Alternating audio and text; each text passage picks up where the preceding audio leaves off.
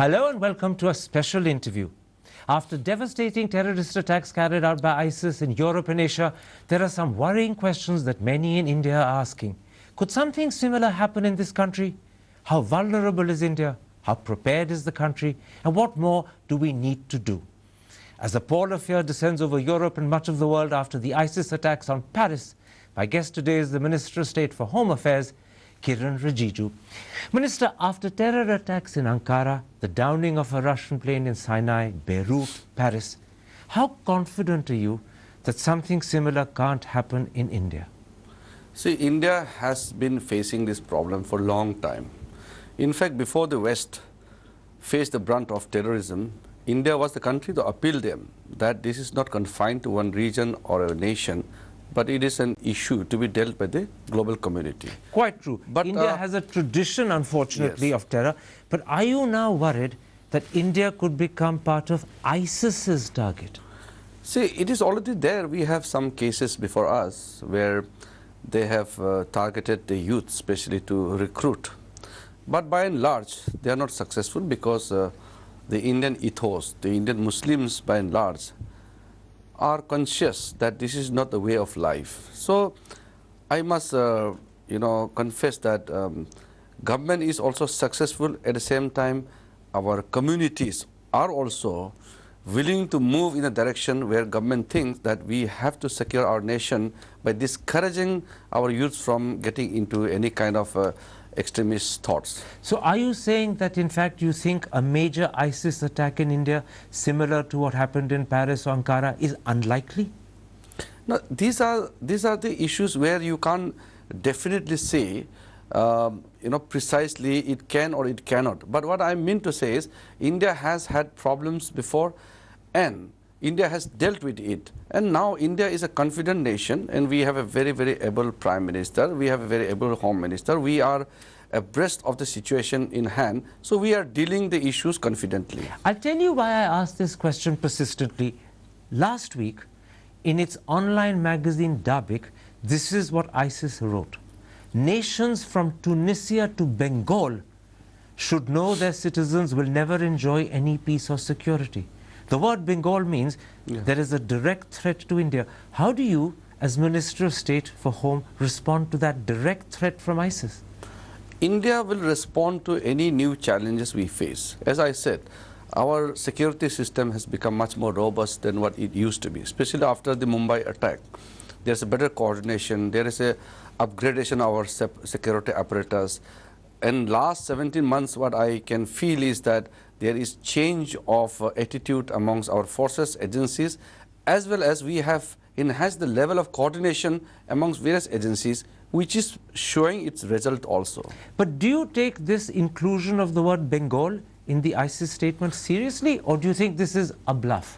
No, I will not comment on that exactly without responding to what has been appeared in the online. But what I'm saying is, anything which threatens our peaceful atmosphere, anything which is a challenge to our security, we will never take it lightly. Because after all, our mandate is to secure this country and to provide security to the citizens of this country. Absolutely. In that spirit, analysts say there are two potential areas where ISIS could be a threat. The first is, are you worried that ISIS could start playing a bigger role in Kashmir? This year, as you know, we have seen on 4 or 5 separate occasions ISIS flags in Srinagar and elsewhere during protests and demonstrations. And again, on its online magazine Dabik, ISIS has criticized LET and Pakistani groups on the grounds that they are inconsistent and that their campaign is a stop-start war. So is there a danger ISIS may choose to step in itself? As I said in the beginning that there are issues, but it's not very threatening. At the same time, what you see the ISIS flags being, flown somewhere in the corner of a group or not. This happens, but it's not largely spread across Kashmir Valley or in the country. So we should not really create a kind of a fear psychosis that it has really taken grip in the Indian subcontinent. It's not that. And India, by and large, is successful of dealing with such kind of challenges we have. You began by saying it's not very threatening. Because our system is robust. We are mindful of our duties and our agencies are being, geared up according to the challenges. Except that on the 19th of November, that's just a few days ago, speaking to PTI, Lieutenant General Nimbhorkar, he's the General Officer commanding 16th Corps in Srinagar, said that he believes it's possible ISIS could link up with LET. I will not comment on all these opinions, because unless you have established reports or confirmation, it's not to speculate on the matter being raised, especially by a minister or reacting to a speculation or a suggestion or an opinion which may be valid. Except It's that not this wise. gentleman is GOC in C 16th Corps. He's responsible for the security of Srinagar and the valley. That's what I'm saying. If the statement has come from a senior officer, we have to take it seriously, but until or unless the thing has come in a concrete form before the government, it's not easy for a minister to comment on that. That I understand. The other type of fear or threat from ISIS is that of lone wolf attacks. And as you know, ISIS has specifically asked Muslims to carry out lone wolf attacks. In neighboring Bangladesh, there have been at least 2, maybe by some counts 3 or 4. Intelligence sources have told the Hindu, India must be prepared for lone wolf attacks. How seriously do you take that possibility?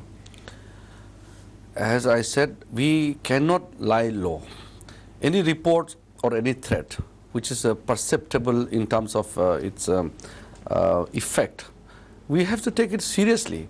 And the challenges are there, and it's a reality. Whether it's India or any part of the countries which may run across the Bay of Bengal up to the West Asia, the reality is that the threat is there. So lone wolf attacks could happen. We can't say with confidence they definitely won't. As I said, that attacks or prevention of attacks, these are very dynamic situation, and nobody can definitely claim on this. Absolutely. One has to keep one's fingers crossed and hope they don't happen, but you have to prepare for the possibility they could. Yes, we have to be very, very alert on this matter.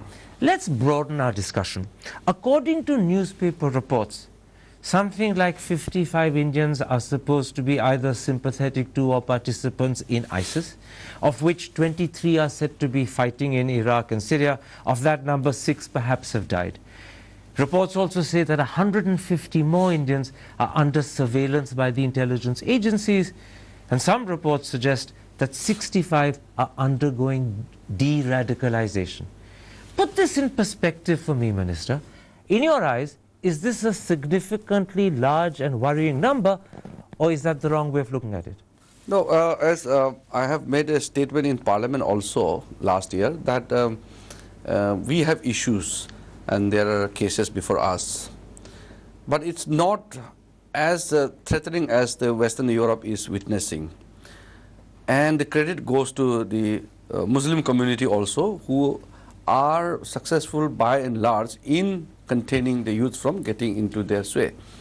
By saying that, we are preparing for all kinds of countermeasures. For example, there is a process for counter-radicalization. There's a process for de-radicalization. So these are efforts going on, and it's paying dividends also. As I said, we are a very capable country. We should be able to deal with it. I want very much to talk about the measures that you've mentioned in a moment's time. But first, let me ask you this. The Hindu newspaper on the 22nd reported that the majority of Indian Muslims who are attracted or sympathetic to ISIS tend to come from the 5 South Indian states: Kerala, Karnataka, Tamil Nadu, Telangana, Andhra. Why is it that South Indian Muslims seem to be more attracted to ISIS than those in the north? It's very difficult for me to make a comment on that. South India has been traditionally having more link with Middle East. So there is a more regular exchange of traveling there. But I cannot say that that is the reason. But the reports have come from South India more. That's a reality. It's but just a fact. It's a fact, so I cannot attribute it to certain reasons or factors, but that's a reality. At the same time, we should not undermine that it's not there in other parts of the country, so we have to be alert. Now, just a couple of days ago on the 23rd, the Times of India said that intelligence authorities were worried that West Bengal has been identified as the new recruitment area for ISIS. The paper said that the area around Howrah had a lot of people who seemed to be following ISIS through social media. Is West Bengal a new area of concern, Howrah in particular? Karan, I cannot raise the alarm bell by pointing out a region here. As I said, we look pan-India. We have the mandate to secure this country, and we would not like to identify a particular region with this because it generates unnecessary controversies. But having said that, definitely there are some vulnerable areas, and these are being given due importance, and according to the feedbacks and the vulnerabilities, steps and measures are being initiated. I fully understand your reason that you can't identify areas by name because that will create alarm. But there are vulnerable areas within the country which the government has identified and which you're focusing on. Besides regional areas of vulnerabilities which we can count on, there are specific, the sections like the youths, some institutions, there are some locations. So you have to really make it, not to make it segment-wise, effort, but just to make it convenient for the agencies to work on. So you have to identify all those areas. What you're saying is very important because it's very reassuring. The government has, in fact, identified vulnerable areas, vulnerable sections, vulnerable institutions, and you are keenly focusing on those because you believe that is where scrutiny and surveillance is most needed. Yes, because when you talk about solution, a group hardened mind who are already radicalized, then you have to de-radicalize them. There is the challenge of counter radicalization. So if you cannot identify the potential vulnerable areas, then it will become difficult in terms of our efforts. Absolutely. Let's then come at this point to the steps India is taking to protect as well as the steps India is taking to prevent. First, protection. How successful are we in preventing ISIS through the net, through websites, through chat rooms, through Twitter, through Facebook, actually inseminating and attracting Indian youth? How good is your tracking of ISIS on the net? We have issues because the web portals are not controlled by us. And if we go a step behind, we will be accused of being negligent. If we move a step forward, we are being accused of curtailing the civil rights. So sometimes it's difficult for us. And here at this point, I want to bring one important issue. Like in France, the attack took place in Paris. The government acted. Civil societies, the country as a whole, they stood behind. There was no debate on the religious things and everything. After 9/11 attack in New York also, the whole country stood behind. Here also, when country faces a challenge, government takes certain stringent measures, then the citizens need to come together and do not, divert the effort by bringing in religious factors or some other issues. You don't have the same support when you act in India as the French would have in France. Because here we start with another debate and which takes different angle, and it really takes away from your focus. That I understand.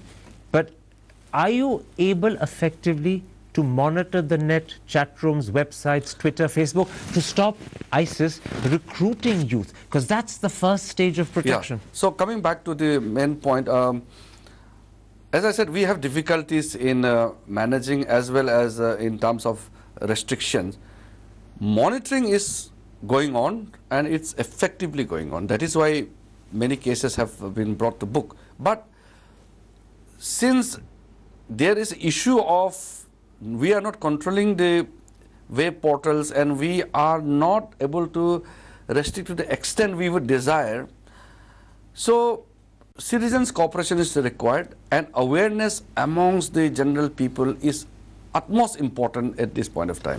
Now, a former National Security Advisor, Mr. M.K. Narayanan, speaking at the International Institute of Strategic Studies in London, said that new version jihad is proving to be highly attractive because of what he called its message of spiritual purity. So the challenge for you is not just to monitor the net, but to actually send out a counter message to counter the message of so-called purity ISIS is sending. Do you have an effective way of countering with a message of your own? Oh, definitely the government has various measures to take. But at the same time, I would like to stress on the role of the civil society and more importantly, the religious leaders. No religion supports violence. It's a fact. But if somebody misinterprets the religious teachings and perpetuates violence, then the role of the religious leaders become very important. That is why I made very important remark the other day that it's not enough to say that a small section of the society are involved in it. It's not enough to say that. It is the incumbent upon the religious leaders and the senior citizens and the celebrities to ensure that their followers, their believers do not take up weapons and they go into killing spree. So if this message is sent across, it will help a lot. In simple language, what you're saying is Muslim imams, Muslim leaders, Muslim celebrities, Muslim intellectuals must stand up and speak out. That's the case for all the religious segments, not only Muslims. One quick question about intelligence. As you know, sadly, in 2008, Indian intelligence was completely taken by surprise. Earlier this month, French intelligence was completely taken by surprise, even though Paris was in a high state of alert because of the climate change conference starting in a couple of days' time. How alert, aware, informed is Indian intelligence today, 7 years after 2008? The level of alertness cannot be described in words, but I can assure that we are capable of dealing with any challenges. At the same time, it is a concerted effort. The national intelligence agencies, the state intelligence agencies, the state police machineries, the army intelligence agencies, it has to be a concerted effort. So that is why the coordination amongst various bodies is very, very important. And is it happening satisfactorily? I cannot describe the level of satisfaction, but it's happening much better than what it used to be. So there's a significant improvement compared to 2008. Definitely it has improved a lot. Now, another issue is police preparedness. A former Home Secretary, G.K. Pillai, speaking to the Times of India, said there appears to be a sense of complacency and decline in alertness levels of police. We have various special cells created in every police organization now. In the state police forces also, they have special units and special forces. In the central armed police forces also, there are in these special intelligence units. And we have intelligence agencies specialized in that. The level of complacency may be there in the civil police who are regularly dealing with the normal law and order problems, but I don't think for those specially created bodies, agencies, for the purpose of dealing with the internal security threat, I don't think there is a sense of complacency there. Everybody is gearing up to their job. What about the de-radicalization programs that the government is carrying out? We know that they're happening because the press has said so, but we don't know what they consist of and how effective they are. Are they succeeding in taking back into mainstream those youths who got attracted by ISIS? I think it's a fairly successful. So only fairly? Because the process is on. It's not result oriented in terms of how much you have achieved up to what time. It's a process. And as I said, we have identified areas, and the youths coming back and getting back to their normal life. These are success stories. There are jails, identifying people. It's very difficult to de-radicalize. The minds are hardened mind who have already been indoctrinated with this particular And you have thought. to do the de-radicalization, I presume, through families and friends. Yes, and through various mechanisms. Are they cooperating, families and friends? By and large, I think Indian Muslims, or for that matter, every Indians, are very cooperative to the government in terms of securing their younger generation from getting swayed by fundamentalist people. We're coming to the end of this interview, Minister. I want to turn to the Love Jihad and Ghar Wapsi campaigns we saw last year, the beef killings and the Dadri lynching we had this year. Many people believe that this is creating fertile ground for ISIS to feed upon? And to be honest, some of the provocative comments made by your colleagues in government or by your MPs have also added offence or alienation. Would you accept that in the present circumstances, this is a bit like playing with fire? Let me be very frank and forgive me for saying that you are one of the most sensible senior journalists in the country. But there are cases that statements have been made earlier also. Until or unless you show it in television repeatedly, misquoting and creating headlines in newspapers, it will not become a debate. It is being created. My point is... Are you saying TV should ignore these thoughtless comments when they are made? Don't any comment which is detrimental to the peace and security of the nation should not be encouraged by the television channel. They should ignore those people who do not make any kind of sensible comments.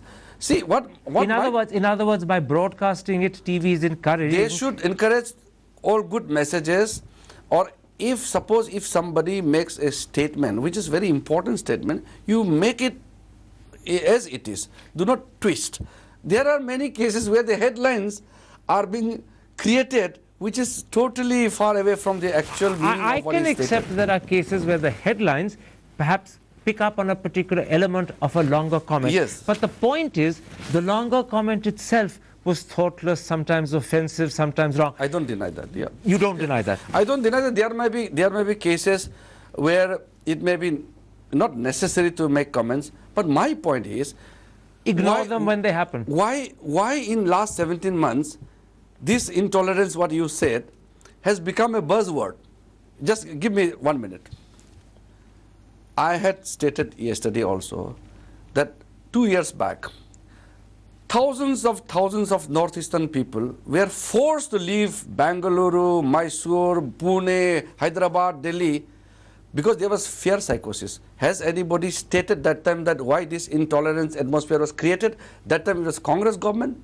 Nobody said anything. When the northeastern youths, Arunachali boy was brutally killed on the street of Delhi, nobody spoke about racial discrimination. There was no talk about intolerance. When the former Prime Minister said that when a big tree falls, the earth will shake, nobody talked. They justified the sick tree. Please. Rajiv has got a lot of criticism for the big tree falls. The problem here is that... Then why intolerance word was not used then? You see, the problem here, Minister, is that the comments being made, which you agree should not have been made, are made by ministers. It's very hard for the press to ignore a Giriraj Singh or a General VK Singh, because these are senior ministers. What I'm saying is, our President, Amit Shah, has already stated that if there are remarks unnecessarily being made, should be discouraged. And our Prime Minister has already stated clearly that the character of our country is the harmonious coexistence. This is the biggest message he has given here, elsewhere also. But here, continuously saying that India has become intolerant in last 17 months, let me tell you, as a minister from the Home Ministry, the total incidence of communal violence has come down compared to 2013 and the early part of 2014. Total deaths has come down. And incident also. But incidents have gone up. No, it has not come. January, October, deaths have come down, incidents have gone up. January, October, 215 to 214. Let me correct you a little bit here. And Dadri incident, they talk about, which happened in Uttar Pradesh, it's not BJP government. True. Subject is being dealt by the state government. Right, we have immediately sent... No, just give me one. I'm running out of time. We have sent strong message also that no state government should tolerate any kind of destruction to the secular fabric of this country. I accept the point you're making, but I'll end by reminding the audience what you said earlier. Some of the things some people have said, ministers, MPs, should not have been said, but your advice to the press is ignore it when these remarks are made, don't play them up for the sake of the country. Yes. I've got you right? Got right in the sense I'm not criticizing my colleagues, but I'm saying is it should not be played up wrongly. A pleasure speaking to you. Nice meeting. Thank you.